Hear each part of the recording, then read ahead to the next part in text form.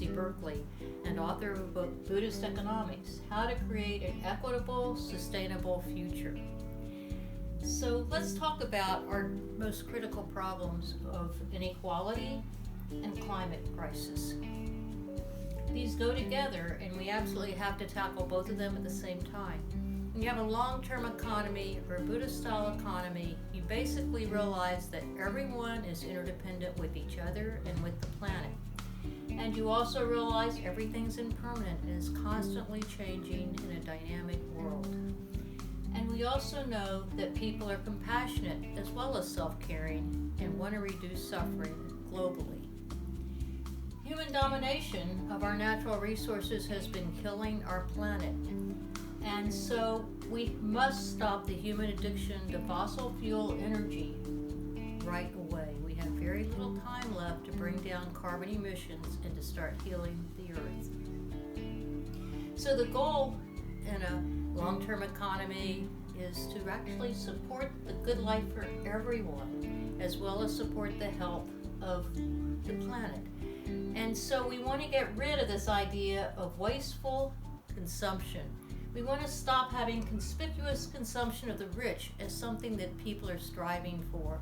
Instead, we want to actually realize that we know buying more stuff does not make us happy. The neuroscientists and the psychologists have shown us this. So what does make us happy? We know that helping others makes us happy because the well-being of others is also our own well-being. And we know that caring for the planet also makes us happy as we enjoy nature and as we realize that the health of the planet is also affecting our health. So what's the role of government in all of this is what I've been studying. And we know that the government must ensure that the economy cares for the environment and provides basic goods and services to all people, and also structures markets to support public health and the well-being of everyone. Is it possible to create this kind of long-term economy? Yes, that's the good news.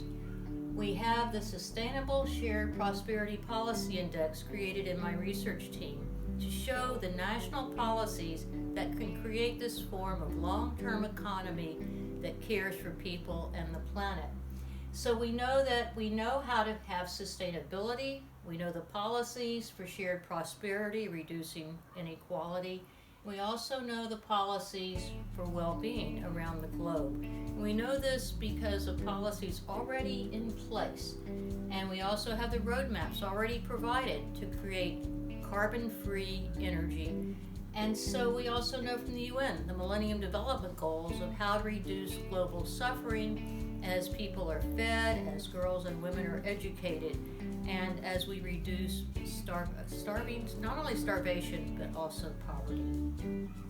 So this SSPI ranks 50 countries around the world, and here are some of the answers. The top 6, Sweden, Denmark, Norway, Finland, France, and Germany.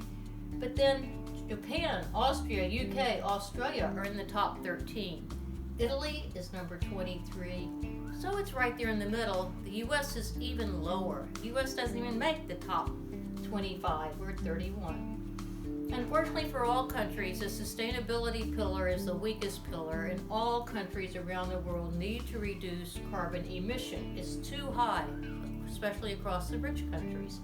The waste is also too high. Wasteful consumption must come down, and we must stop filling up landfills with stuff that we buy and don't really need. We also need to protect groundwater because our industrial agriculture is overusing fertilizers and water, and pretty soon we won't have adequate water. So we know these things. All we need to do is come together and use our shared vision. We know what's important to us. We know what makes us happy. We know how to care for each other and the planet.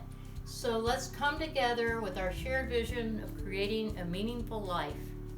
We can work together to create change.